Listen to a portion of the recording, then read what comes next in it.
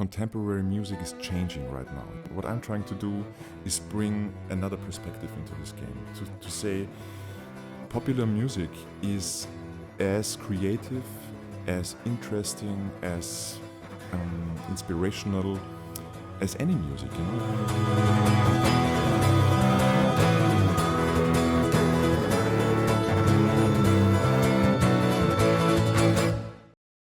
We're rolling? Okay, Yeah, very good. Very good. We're already rolling for quite some time, so let's see what we take and what we don't. But then, hello everyone. Thanks for tuning in, for coming to watch or to listen, and to another conversation. Today I'm here with Matthias Bartolomey, a very, very cool guest, a big inspiration for me, musically speaking. And first, maybe for those who don't know who you are, can you introduce yourself?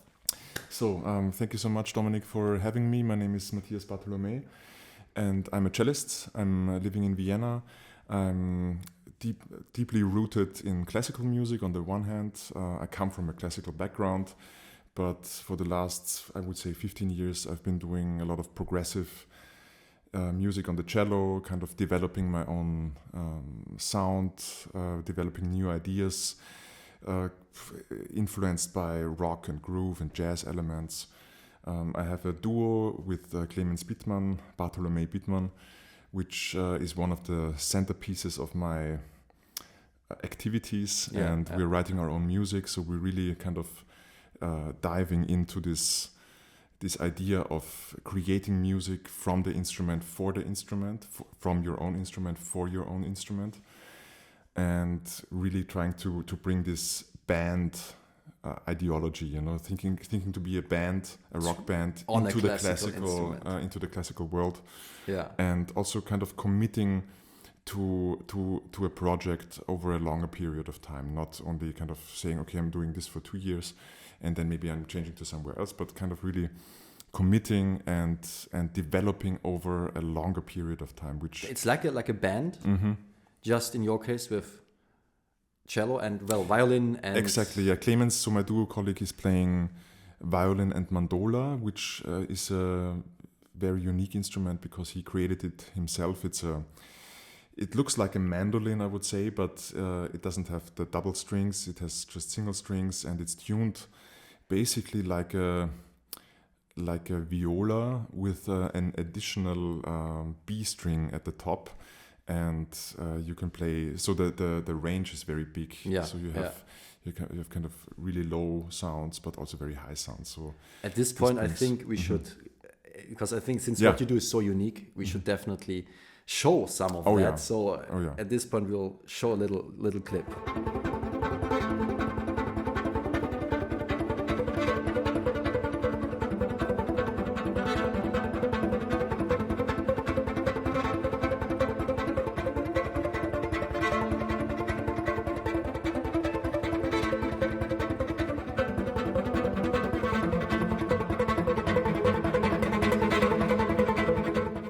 So before we dive into that too much, though, I want to maybe start from the beginning. It's always interesting to see, like, how does that happen? How does it all start? You said you come from a classical background, so your family also was a musician's family. Exactly. My father was a solo cellist of the Vienna Philharmonic, and also his father and his grandfather were musicians and also members of the Vienna Philharmonic Orchestra. So this is a very long story of musicians, but also connected to Viennese culture, Viennese sound, Vienna Philharmonic sound. So I really grew up in this amazing and rich tradition, you know, of sound, and that's one part of my personality. Yeah. That's one part of my life, and the other part is something that developed quite early, I have to say, very heavily influenced by Apocalyptica. You know, the Finnish cello metal quartet from the 1990s. They're still playing, but in the 90s they were starting out and kind of doing new things on the cello. Not, I would say, not contemporary music in the normal sense, but they were playing Metallica on cello. They were playing rock grooves on cello, and basically were pioneers of showing that there are more possibilities on the cello than just the classical repertoire, or even than the contemporary repertoire that was written until then, you know. And that's I think a huge thing, because now so many people do that kind of thing. They take a classical instrument and we do some crossover and a little bit of that because it's commercially very effective. But back then it was not a thing. They were one of the pioneers who started it, who showed, no, it's not just some, we do a little bit of other music on a classical instrument. No, we really do something else on a really high level also. I mean, it's not that's something that has to be mentioned. A lot of people nowadays just do it for TikTok and Instagram because they know they get views that way. But what they did or do is absolutely incredible. Yeah, as you said, they were really taking it seriously. It was not just a side project or just an idea. Maybe like you're a classical cellist, but you also want to be kind of hip, and try something different, and then you play some grooves on the side. No, it became something that inspired me and also many colleagues of my generation and also the generations after that to rethink the approach to a classical instrument. Yeah. And I think what is happening now and has been happening for the past years, and that's why I was mentioning the term contemporary music, because I really consider what I'm doing with the cello and what I'm doing with the duo and what I'm doing with my solo projects.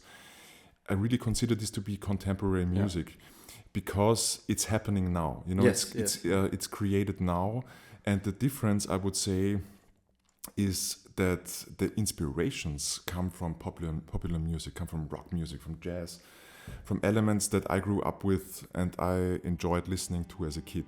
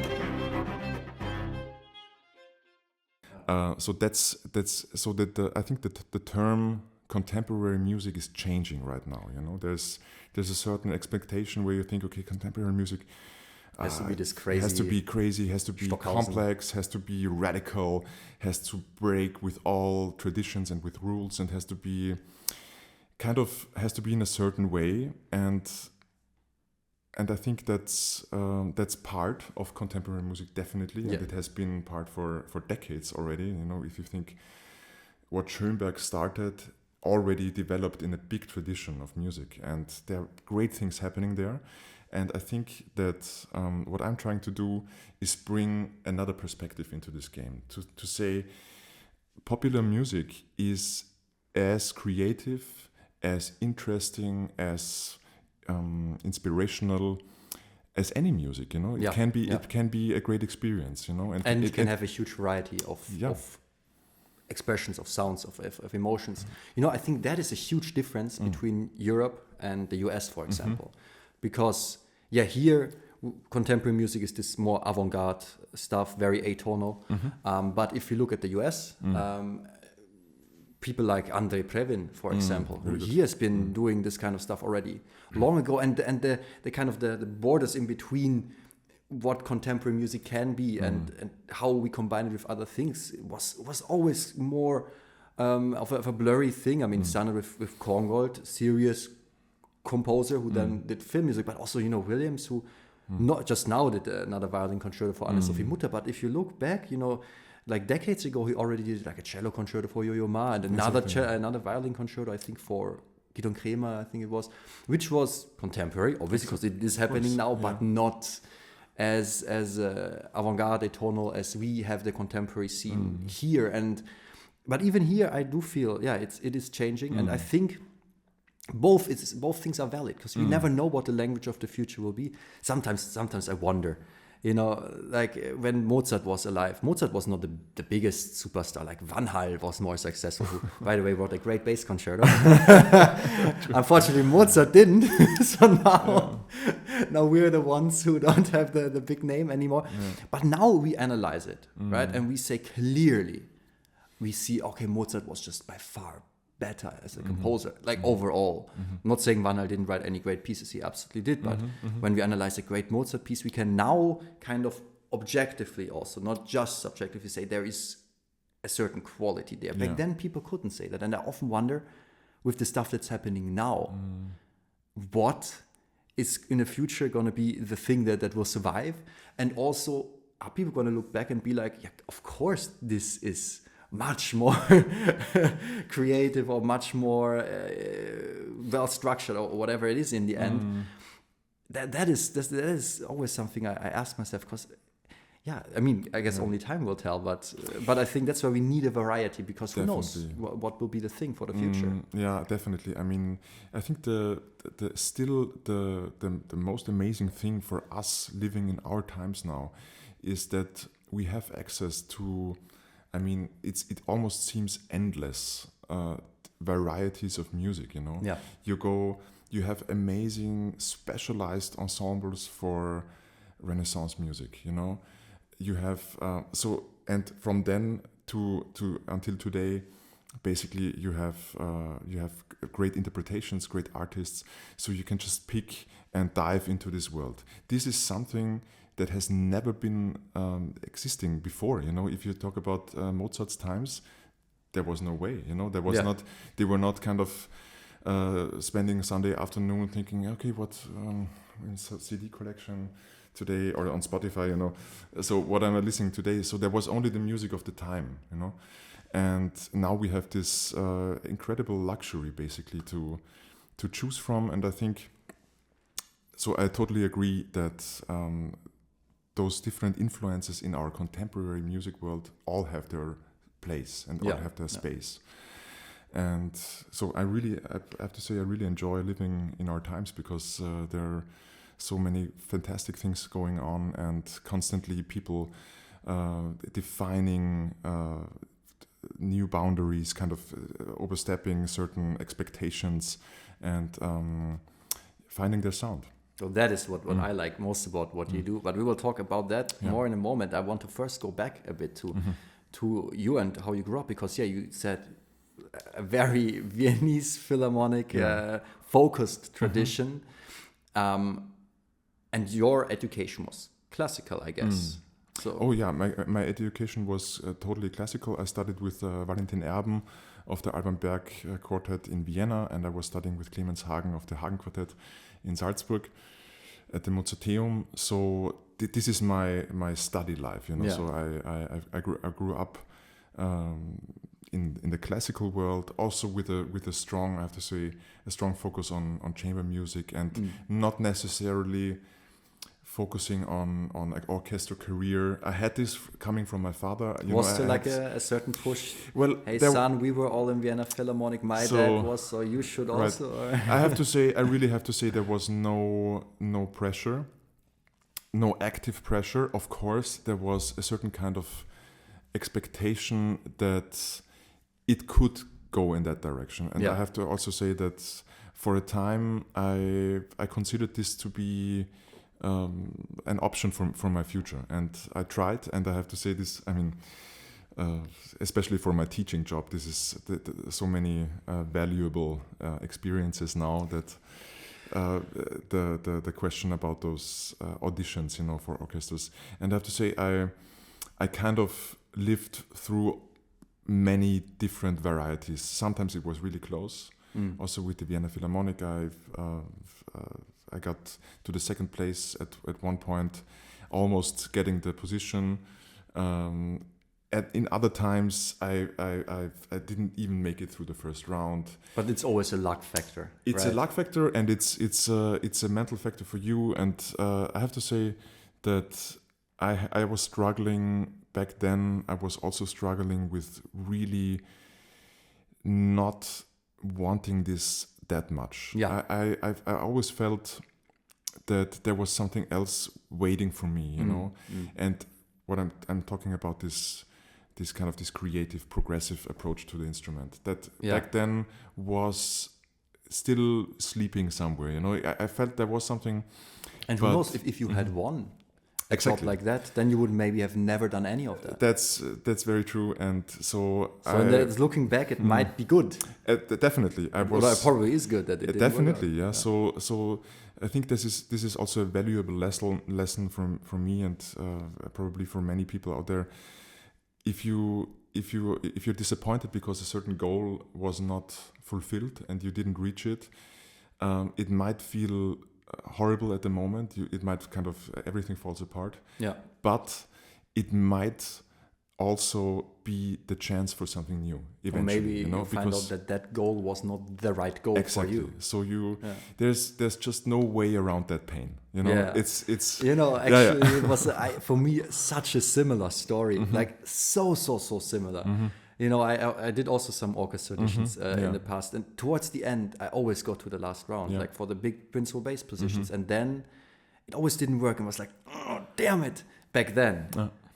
Now I'm like, oh God, I'm so happy, But then I was lucky enough that I won the principal bass audition for London Symphony. So, and there it's a different program than we have here with the trial. Like here, we have talked about it, or will talk. I don't know in which order we release things, but we have talked about that in another episode. But for those who didn't watch that, here, if you win an orchestra audition, you have a trial year. So you have a fixed job for at least 1 year, in some orchestras 2 years.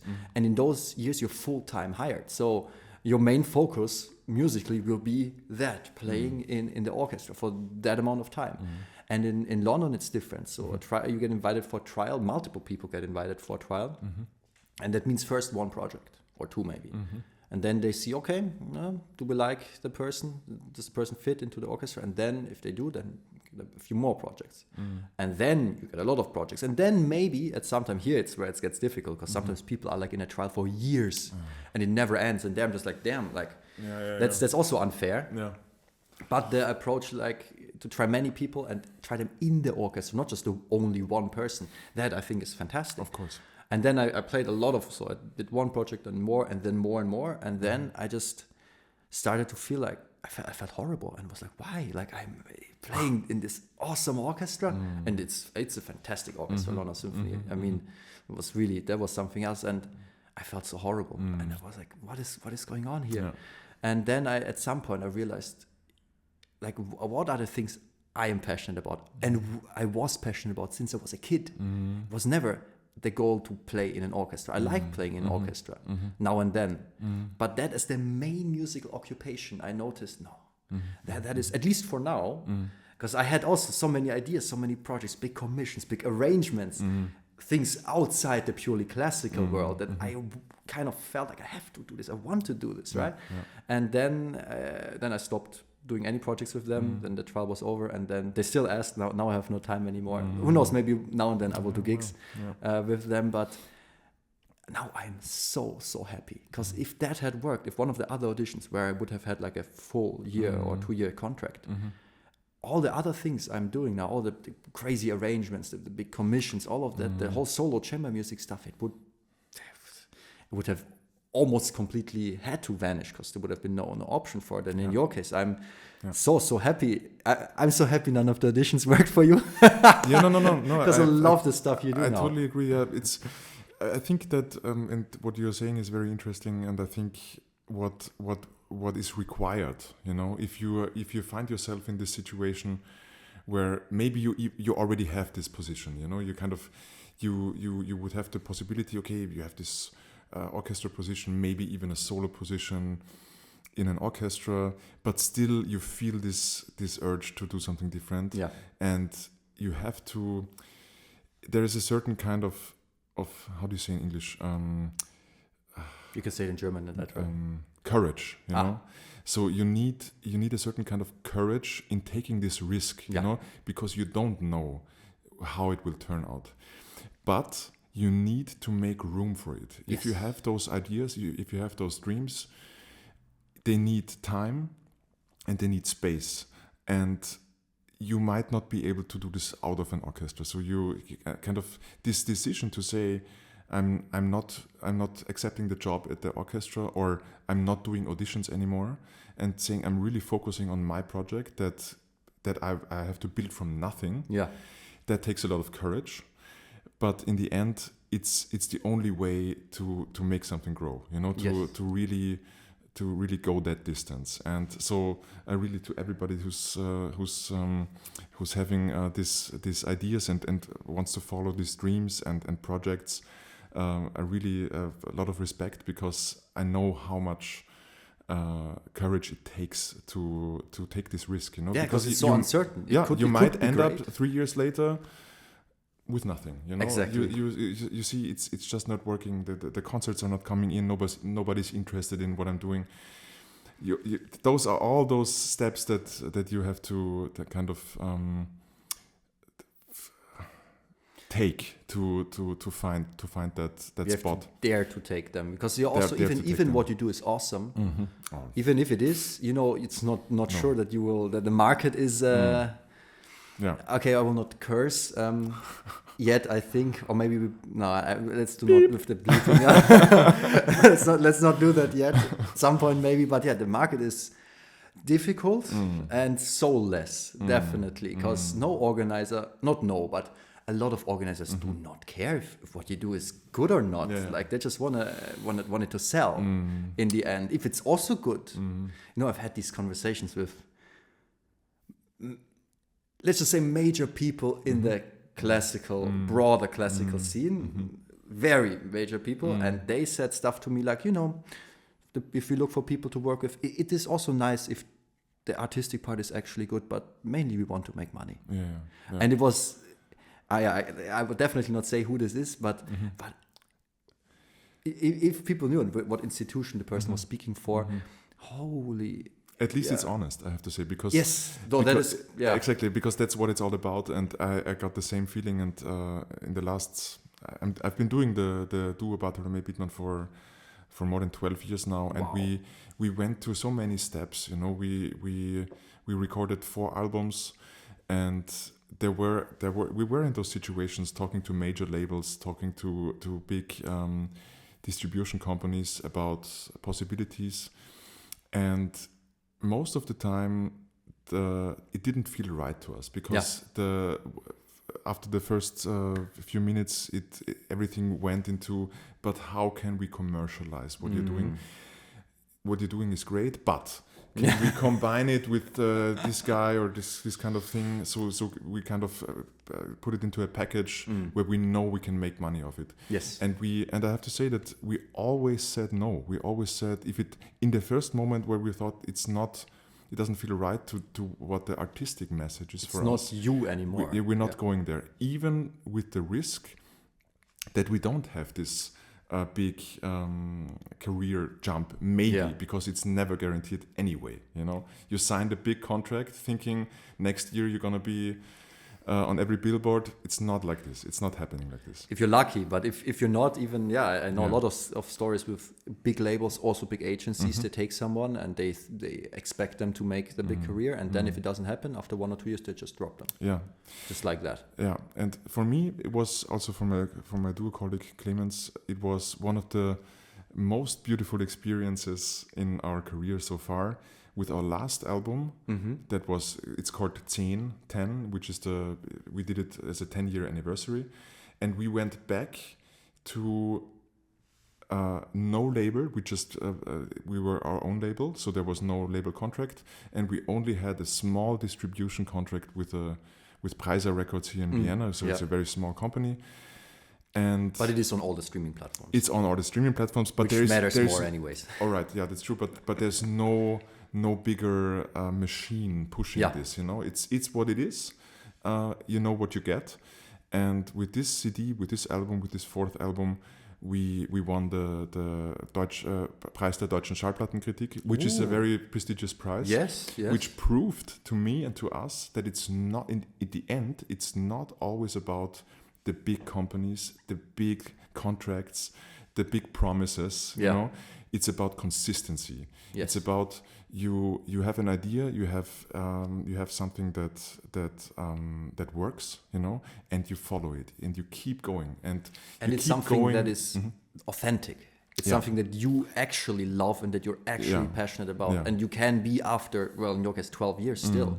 That's the big thing. It's not some commercial stuff that you do because it will sell well. No, it's the thing that you actually love, and if you love it, it might actually be something cool, right? Yeah. And if it's, then maybe other people will love it as well, and not just to listen to it once because interesting, okay, it was on an advertisement, so I look at it. No, because maybe they listen to it once and they're like, oh wow, this is something. I want to listen more. You know? Right. So and that's where I say the consistency comes in.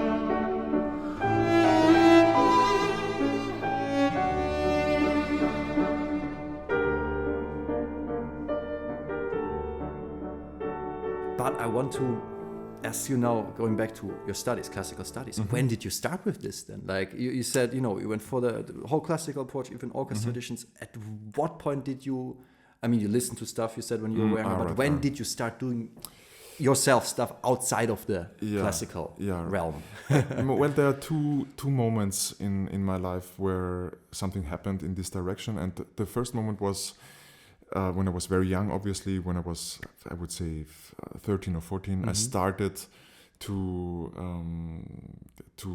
try those. We were playing apocalyptica songs also on the cello. I had a cello trio with Leonhard Rotschek from the Minetti Quartet. He's a very dear friend. We played Trout together actually last year. Wonderful. And Wolfram Grün, who later became a doctor, but is also one of my closest friends. And we had a cello trio that was back in the early 2000s. And we brought it pretty far. We were writing our own music, very heavily influenced in metal and rock songs. But in the end, it still felt like a side project because also we were still studying, everybody, Leonhard already had the quartet, which was kind of, that's what I'm going to do, classical quartet. And I left Vienna to study in Salzburg. So it was something that happened, but it was not yet something I really considered like a real option for a career. Something for fun on the side. For fun, for side. And it was not until after my studies in Salzburg at the Mozarteum, I went back to Vienna because that was the real moment of what's happening now, Because if you're studying, you're busy, You're studying, so the next 3 years, 4 years maybe, that's what I'm going to do. After that, it's an open field, whatever, anything can happen. So that's nothing. Or nothing. Of That's course. a big thing. That's why I think I see many universities at the fault, because you're focused to just fit in the university system. But how applicable to actual jobs is that in the future? That's so tricky, yeah. And I mean, I've been, it's another topic maybe also, but I've been teaching at the Mozarteum. Oh, we'll definitely go back to that later. For the last 4 years. And this is something that I'm really concerned about. How can you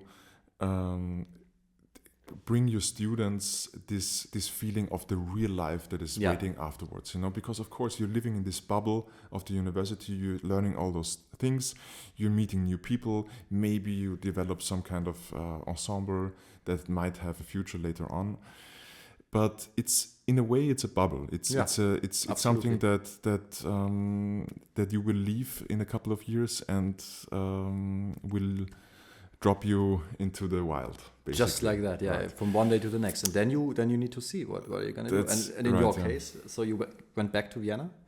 So I mean, I went after my studies. I went back to Vienna, and then I the first thing I did, I started to do auditions, because that felt the closest, and I did quite a few. Some were really close, some were a disaster. I had all those different experiences. Me as well.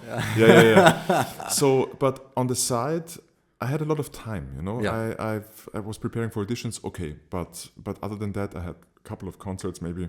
But in general, I had time, and I had a project where I met my now duo colleague Clemens, and we got along very good. And I had the feeling that he might be the one that I can get in touch with, kind of talking about a project. Maybe it was just an intuition.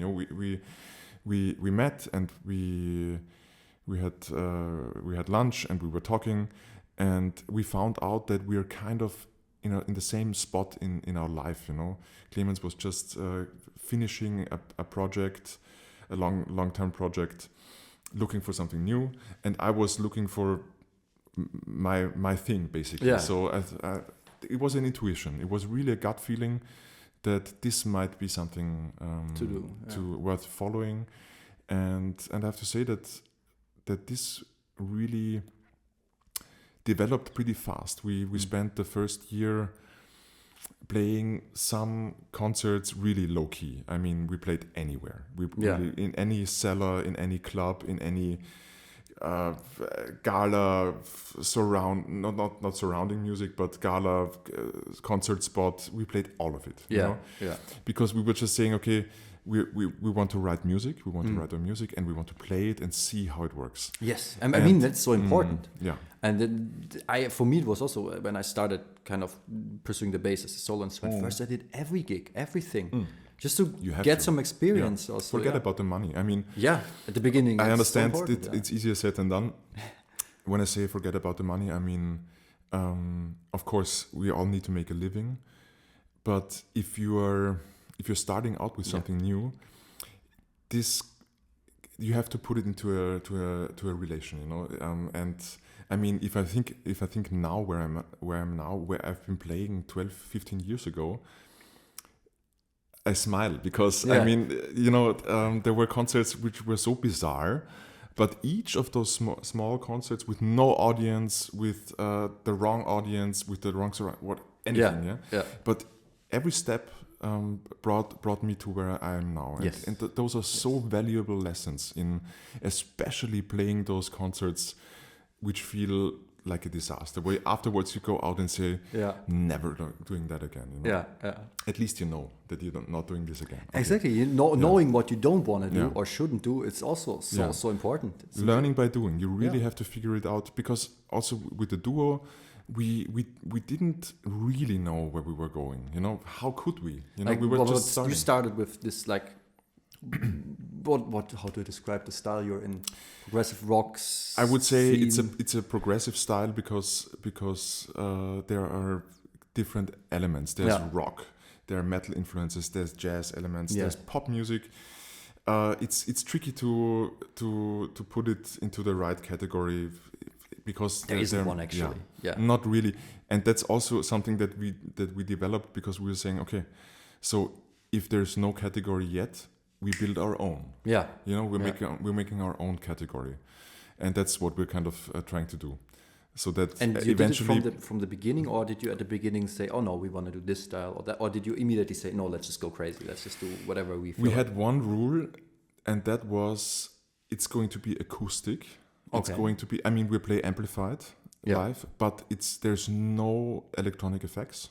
There's no loop pedals. There's no distortion. So all the sounds come. Everything is acoustic. That was the one rule, and the other rule was we're writing our own music. We're not doing arrangements. We're not going into playing covers. You know, that was something that because we said those are kind of you can maybe go this way or you go this way, and we felt like we really want to find our own repertoire. Yeah, and that left kind of no space for arrangements. Yeah. In the following years, we did a couple of arrangements, which were fun, but it's not the core of the duo, which I really enjoy because it keeps a certain kind of purity to it. I love arrangements. I love writing arrangements. I love playing arrangements, but for the duo, it's not the main focus, right? The main focus, yeah. But who do you do the compositions like together, or one writes this piece, the other one writes that piece, and then you make it fit, or how does it work? It's everything is composed together in jam sessions. There's never been a piece where one came with the piece basically ready and just said to the other, okay, can you play this? And that's also, I mean, that's a very delicate process because you can do it when it's just two of you, you know? Yeah. You might be able to do it if you have the right personality balance. You know? Because it's a delicate thing. Yeah, it's I can imagine. Yeah. Especially for so many years. Yeah, and you know how often fixed constellations get into fights. And I mean we have been discussing many things, and getting into kind of arguments about details, of course. Yeah. But in the end, it's something that we enjoy and that brought us also to this point. And what developed over the last years was that in certain pieces, one of us takes the lead, you know, kind of takes the lead, and the other kind of follows.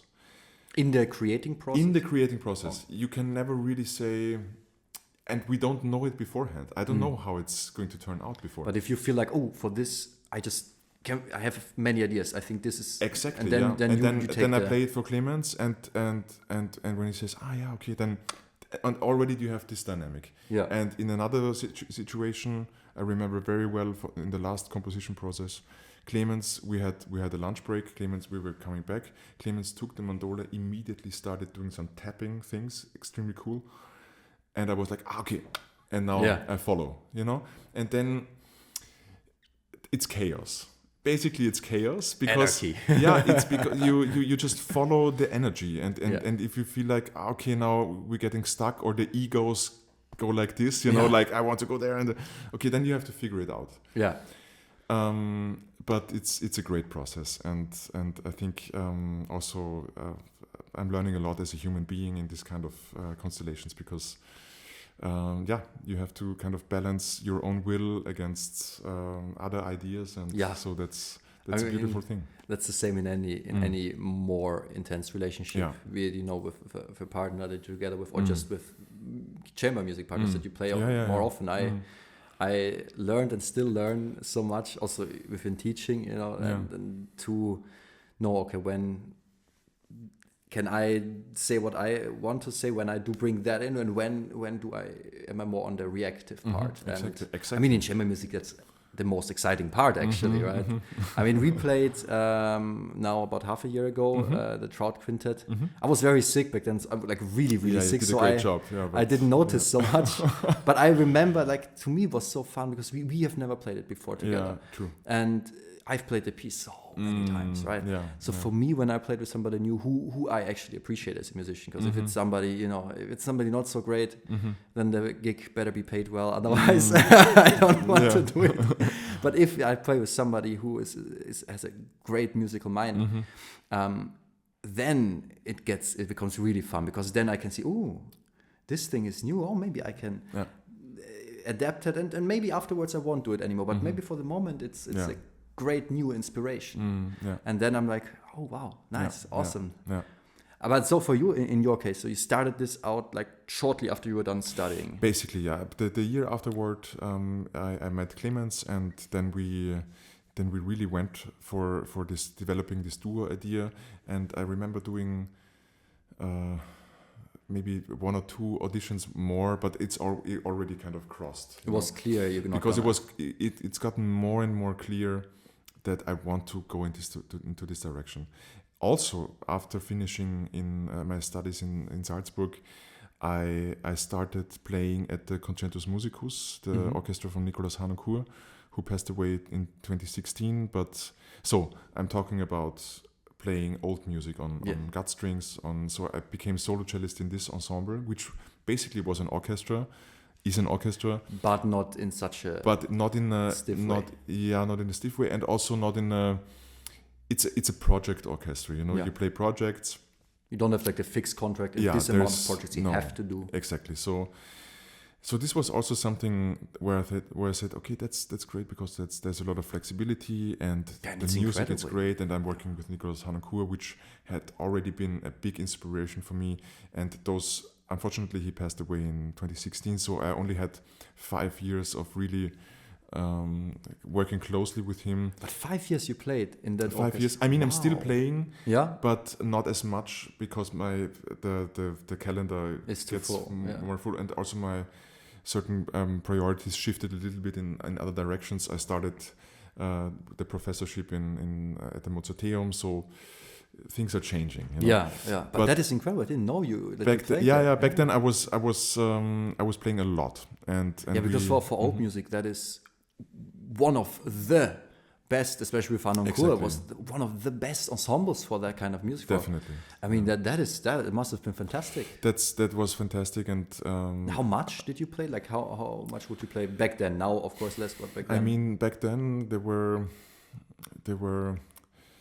about 4 concerts in the cycle in the Musikverein in Vienna, but then there was Graz Festival in the summer, and then maybe there was an opera also. So it was quite a lot. And that's something that was incredible, inspirational, and I took so much. Also, I have to say, I took so much for the duo developing, because this spirit that Nikolaus Harnoncourt was living in his way of making music had a lot to do with what we were trying to do. Really kind of going, Harnoncourt has one quote that is kind of almost like a mantra, which is I'm trying in English, but true beauty only exists at the edge to disaster. So you really want to go to the edge where at any moment everything can fall apart. Your strings kind of rip, the instrument explodes, the intonation goes off, the sound. That's where you want to go. You want to find this ultimate dedication also to the music and to the sound and to the melody, and not just spend your time in some kind of safe space where you say, if I play so, then everything is in tune and everything is nice, but you don't feel anything. But I think then it comes back to authenticity in that, because he kind of really symbolized it. Wasn't he principal cello in Vienna Symphony, right? Exactly. And I've heard this story. I don't know if that's a true story, but I heard this story that back then, like the deciding factor for him was when they played. You probably know the story, but it might be interesting for those who listen. When they played Mozart 40 in the orchestra, and everyone, that's a tourist melody. And everyone knows it, like from the advertisements about Vienna, and actually it's a tragic first movement, very, very dramatic. And then they played it with some conductor, and the conductor started already smiling and went like, in a groovy way, and which totally did not represent the music, but which represents a tourism concert, basically. And he was got so fed up with playing like that he said, no, I'm gonna become a conductor myself. I'm gonna bring the truth, at least the truth as I see it, out of this music, and not just some little tourism thing that people expect. And because his soul as a musician, to his authentic way of music making, the cheap tourism version would not fit. And that's the thing that I see. Maybe that's what also you noticed by going into this duo, because I feel often it's in the end about finding what is you. Where can you say something that is authentic, but also in a way maybe unique. I will tell a little backstory here, because back in the COVID times, I was practicing a lot of cello, more than bass even. And before and after and during, I played also chamber music more and more with the cello. And I like the cello. I love it so much. And at that point, that was the area when I was still like, before I just started with the orchestra auditions, and I was so fed up with this whole scene. You have to play like that, you have to be like that, that I thought, you know what, maybe I'll just go to the cello. But what kept me on the bass was the idea that if I do my crazy arrangements or big commissions and stuff, I can really do something unique and maybe change the scene of the future, or at least gravely influence it. And I thought, on the cello, so many things have been done. What can I do that's new? And that's where I'm so impressed with what you do, because cello has been, let's say, as an individualistic instrument, so not just part of an ensemble, it has been much more in the focus than the bass. So on the bass, there are many more things you can do that have not been done before, but on the cello, so much has been done. And still, you manage to, with the duo, but also with solo projects, you have managed to find your own unique language, not just in interpretations, but also in your pieces.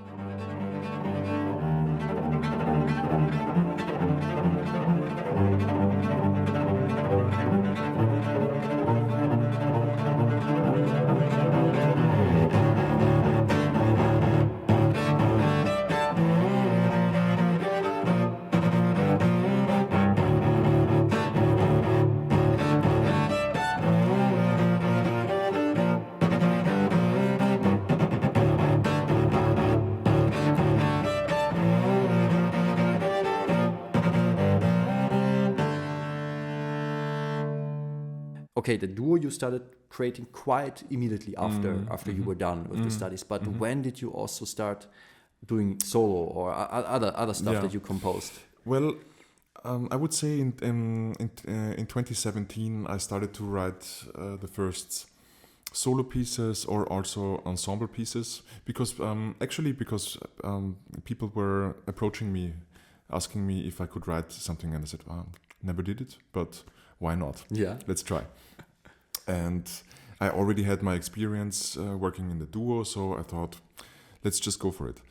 And so I started to write ensemble pieces. I have 2 quartets for cello ensemble, and until now, this kind of solo approach developed in something that is happening right now. Actually, I'm about to release a new album. Very nice. A solo album, when? Which in May.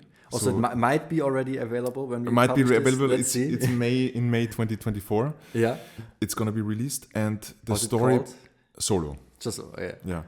And the idea behind this solo album kind of goes back a few years, because this idea of developing a solo program always kind of was a part of my thinking, and I didn't really find my voice. I said, okay, I could do all Bach suites. Yeah. Okay, has been done before.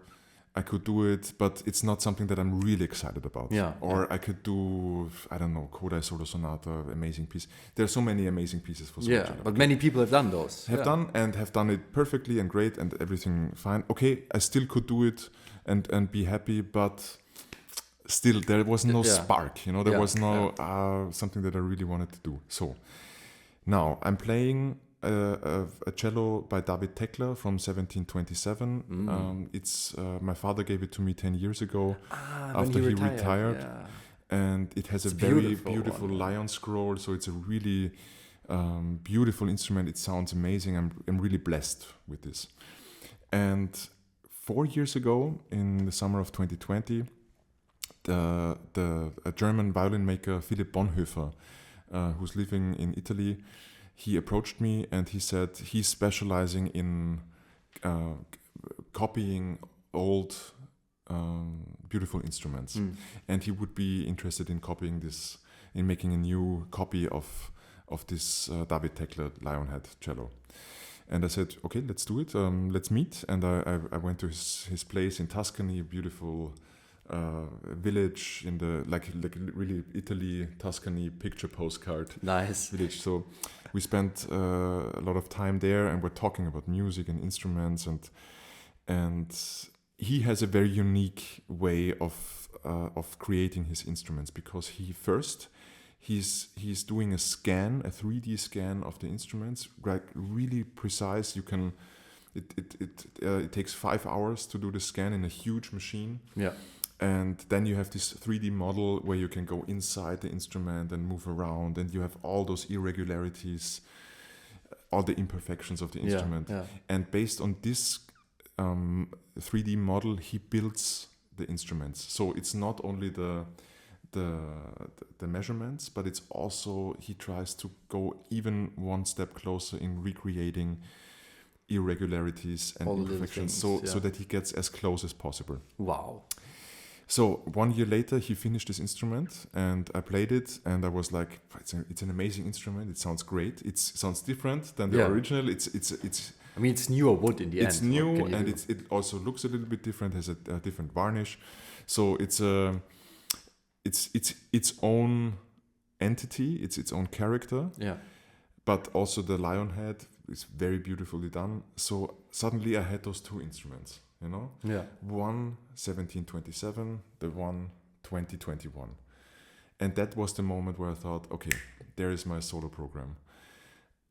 I love Bach. Bach is it has been, the solo suites have been with me for since the beginning, basically. But I also recently started to write solo music for cello, so I had basically the two representations of Bach and my music. Yeah. So the solo program that I've just recorded is played on two cellos. So I'm playing on the old cello and on the new cello. And I'm playing on the album, I'm playing the third suite by Bach. Mm-hmm. So that's 6 movements. And in between that are 7 pieces of my own. Between every movement. Yeah, so it's one Bach. It's not necessarily. Sometimes it's 2 Bach and then 2. It's however it fits. I tried to create a story that goes out of its prelude, Allemande, Courante, Sarabande. Yeah. I tried to break that up. You know? Yeah, it's fantastic. Because we've heard it a million times. You know? Yeah. So so the order is a little bit different sometimes. But in general, that's the idea, and for that, I'm still waiting for how it really works on the CD, because it's a visual project. You know, it's a visual program. Isn't there recording online where you do it in Radio There's a live video, and so I'm playing on the 2 cellos. The one position is here, and the other is here. Yeah, and I usually play a piece by Bach and then my piece on the one cello, which is kind of going into each other, the pieces. But you change cello also in the concert. Then I'm leaving this place and I'm talking a little bit about the idea, telling the people. Also, that's a very important part of the program, the talking, because I have to introduce the people to what I'm doing, you know, why is this guy coming out with 2 cellos, you know? Yes. There has to be a reason. So that's... They didn't have enough money for 2 cellos.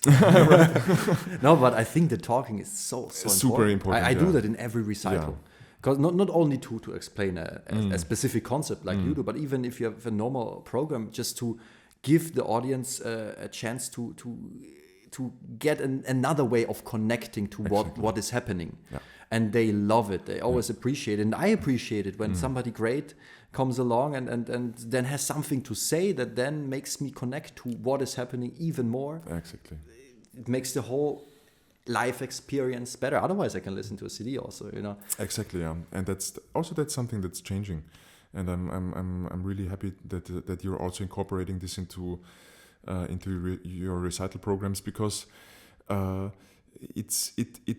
it breaks this barrier between the audience and the artist on stage. Yes. Because there's a certain kind of the artist and the audience. So you kind of you said it very beautifully. You get a different kind of communication that way. Yeah. And the thing is, you don't have to talk about deep historical information about the pieces. No, not you at all. can do it if you want, if you know it. But even then, not too much. Right. Some people might love it and some would be like, yeah, right. So if there's really something, I'm just saying this because maybe this is some kind of expectation for young musicians to think like, yeah, but what am I going to say? You know? Yeah. No, you just Whatever say hello. you feel like, you know, it's say hello, and I'm happy to be here. Enjoy. And that would be enough. Also, absolutely, already, yeah, so. that would already break the ice. Right. Yeah. Or what I often do is if there's maybe a personal story with a piece or a reason why I love a piece. Oh yeah. Then or any little side fact that I find fascinating about a piece that might be interesting to mention.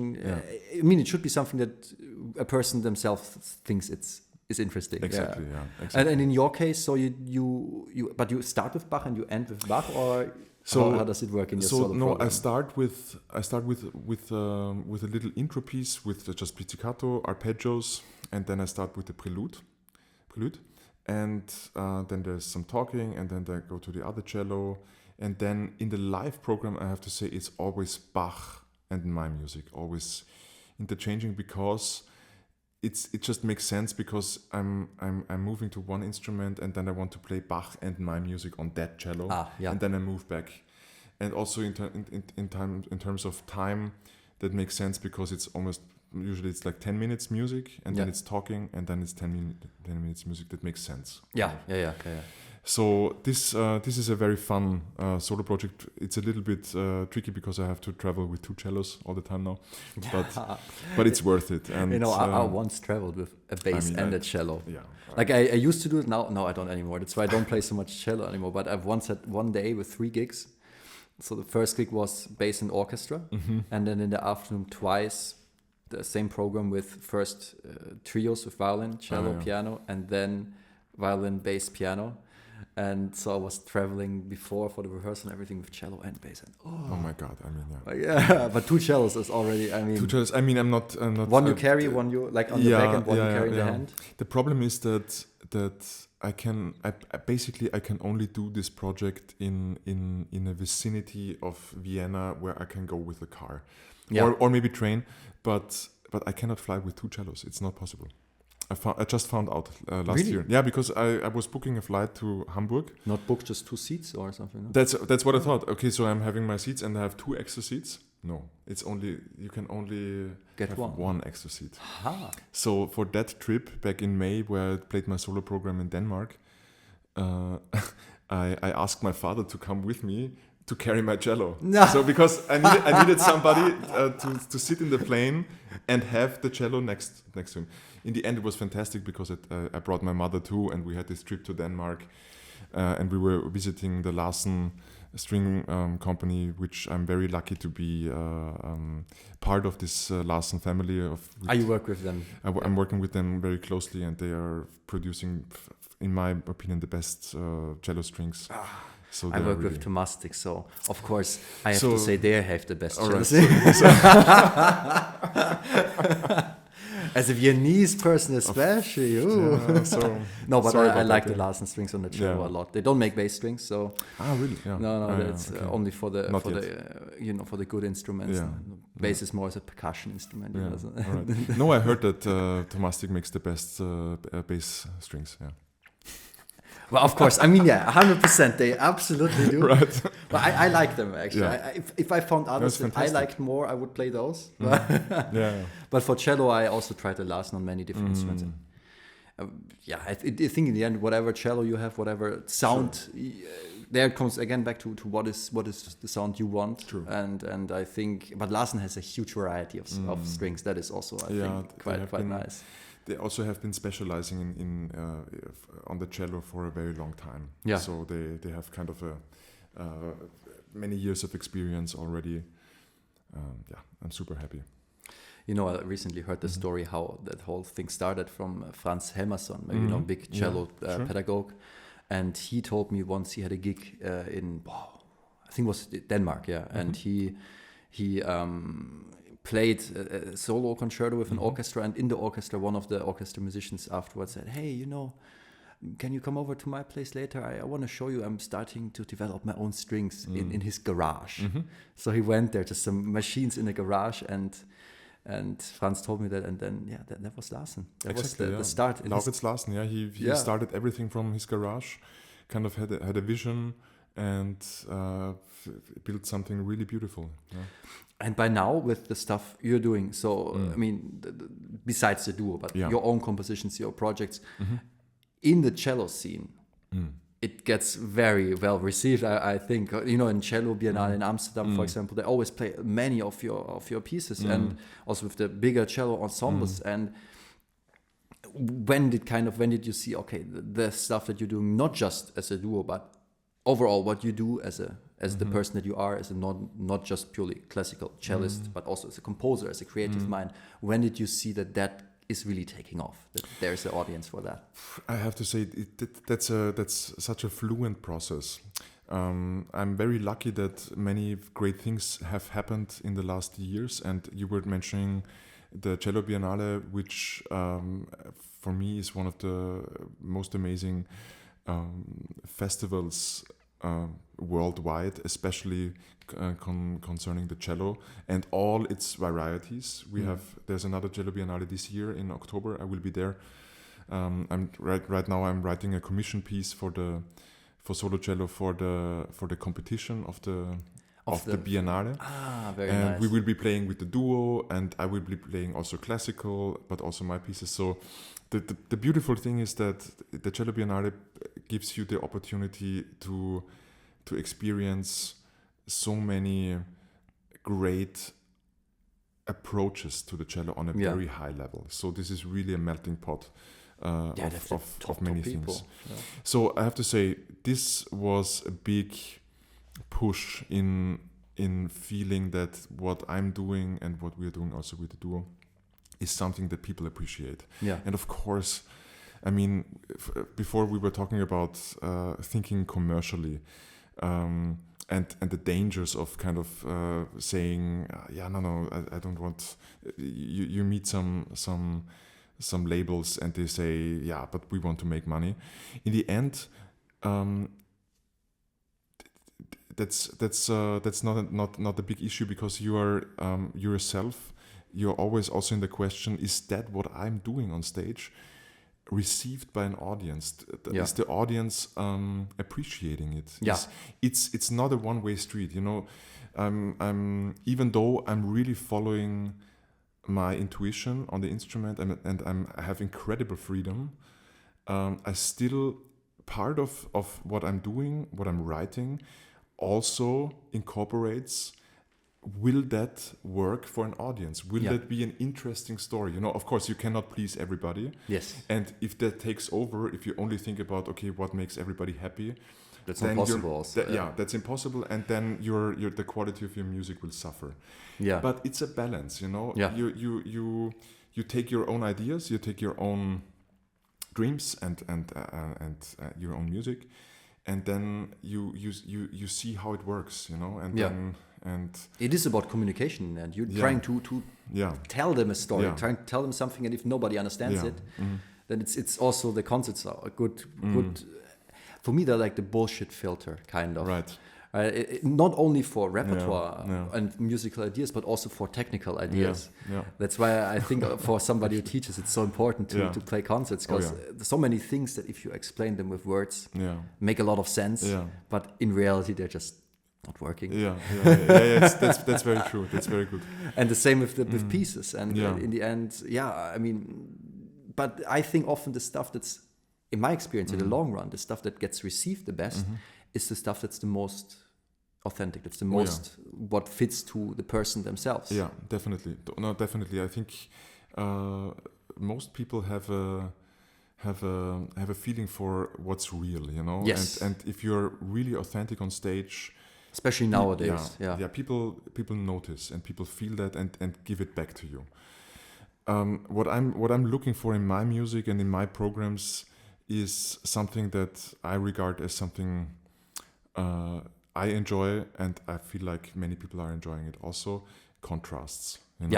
You go to a concert and you want to to experience a story, you know. You Yeah. want to experience a dramatic story, you know, which goes through the motions, which goes through the emotions, which leads you to the brink, maybe like Hanako said, to the brink of disaster, also in a musical term, where kind of everything is distorted and breaks apart, followed by some kind of salvation, you know, some kind of. So those things are. I mean, just imagine a movie where everything was just going along easily. Exactly. Nobody would want to watch that. So that's kind of, if I'm doing a solo project with only nice melodies, that's not going to be very interesting. Yeah. For 5 minutes or 10 minutes. Maybe, could be, but it's always the relation of stories and elements. Yes. If we think about our interview here, you know, the sun keeps coming in and out. Yeah. It's really it's a play of shadow and light. Yes. And if you incorporate this into the music, that's what excites me, and I feel like most of the audiences look for that. You know, they want to go in and leave with something changed inside. You know, they lived through something. Maybe they lived through some childhood experiences, or some emotional journey that otherwise they would have not been able to experience. I mean, that isn't that beauty in it. That's why we make music. That's why we make music. That's why we make live music, because that's the thing. We all have all those technical things that make our lives so easy. Can never replace this live moment. You know, this commitment for 90 minutes or more or less, where you're just at this place, you're experiencing it in that moment. Everyone at the same place at the same time. And that's the crazy thing. That's what brings everyone together. And that's what I love about life. And that's what is sometimes so easy to lose, because you need to play correct, you need to play perfect. You know, that what we often get taught in the classical school. And that is, for me, always, there used to be such a huge thing. And then at some point you realize, it doesn't matter if it's perfect. It doesn't even matter if it's correct. Nobody cares. It needs to be an experience, and that's what people want in a concert. Maybe not in an orchestra edition,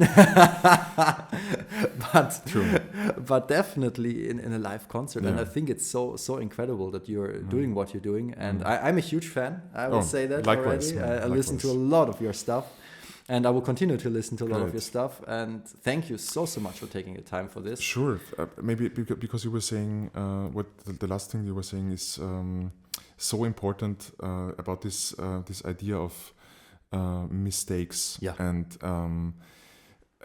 since I've been teaching at the Mozarteum for 4 years now, and the something that I learned, you know, because teaching, and that's also one of the big things that I learned in the last 4 years, is a lot about learning, you know. Because it's not a one-way street, you know. I learned so much about cello playing in the last 4 years only by working with those young talented cellists, and I see that in this part of their lives, you know, they're just starting out with a bachelor's study or maybe master, maybe a little bit more advanced, but still there are so many questions in their life about where do we go, and how will the future be, and this fear of making mistakes, and this fear of this idea of I have to be in a certain perfection level and only then I can make music. This can be very overwhelming, you know. And, absolutely. And I've been there too. Exactly. I've been there too. And when I was studying, it just weighs you down, and sometimes you cannot help it, because still you're in this university. You have all those different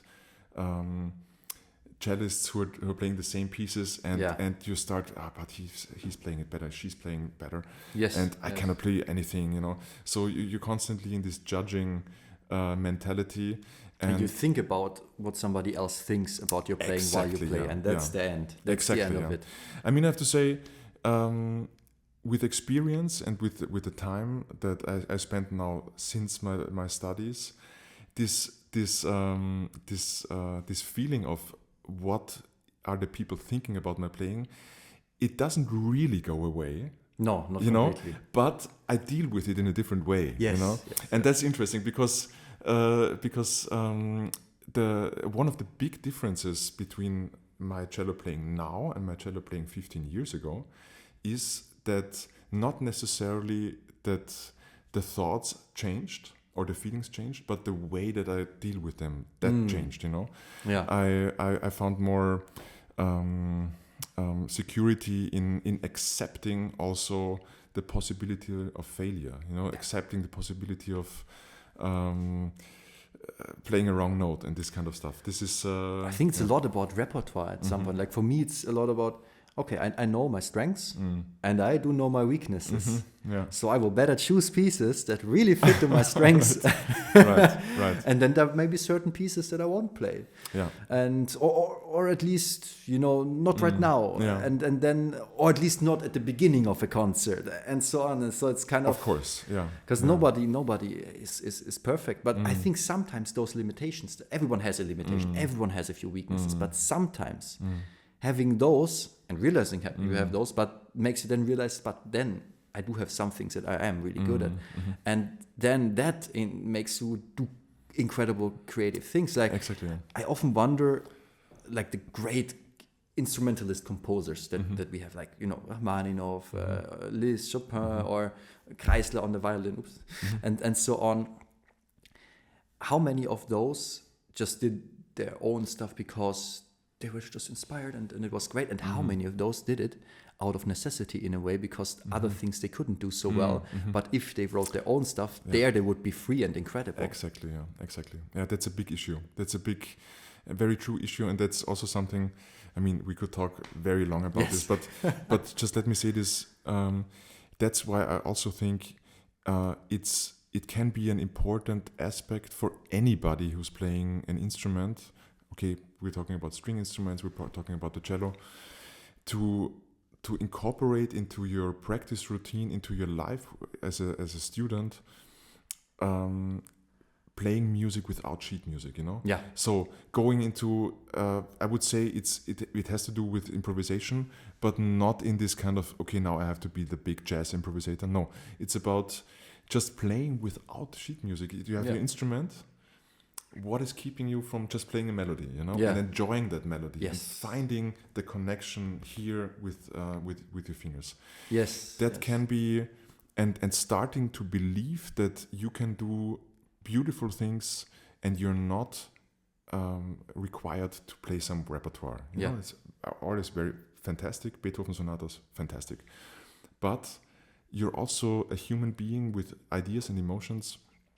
And creativity, find that, because I totally agree with what you're saying, that if you find this voice, and those composers like Kreisler, for instance, who wrote his own music, he also did it out of necessity because that's where he was the best. You know, he knew that he could be mostly himself, and this is something that you can start to develop.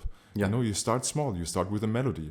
On the next day, you maybe play two melodies, and then maybe you play a rhythm, and you slowly start to develop a freedom in your musicianship that is not dependent on classical repertoire. Yes. And when you come back, or classical rules, and when you come back to the classical repertoire after that, you know, suddenly you're free. You will feel a little bit lighter. You will think about this opening of Beethoven A major sonata, maybe a little bit more free, you know, because absolutely it's just a melody. Okay, it's a genius melody. It's by Beethoven and it's fantastic. But where's the difference, really? You know, it's all music, and sometimes we get overwhelmed by this repertoire and so many recordings, you know, and I already feel the weight on my shoulders. I already feel it. Same for me. You know, because I think a big thing is emotion is motion in the end. There is no healthy motion, and in the end, everything we do is motion. Every bow stroke, every shift, it's all motion. We're moving around. And none of that works well without emotion. Yeah. Like, if I look at great cellists, violinists, whatever, even before they play their note, they have a certain movement. Every movement, everything is connected to a certain gesture, a certain expression, a certain emotion. And often through this correct way of playing, full of the rules that are set, we tend to lose that and lose the emotion in it, and through losing the emotion, which is in the end the technique also, becomes really bad. And that's something I had to also learn, and I realized it also a lot with music outside of the classical realm. When I played more Piazzolla stuff or more like with Georg Breinschmidt, more jazzy stuff, I noticed because there it's not about playing correct, it's about being in the groove, and then all of a sudden every movement becomes part of the music, and then you notice, hey, actually I can have this kind of freedom, this kind of emotional connection, or I should have that in a Beethoven sonata as well. Exactly. And then the Beethoven sonata becomes awesome. So yeah, that's it. Awesome. Well said. Well, I think that's a good spot to end it. Thank you so much. It's been a pleasure. Thank you so much.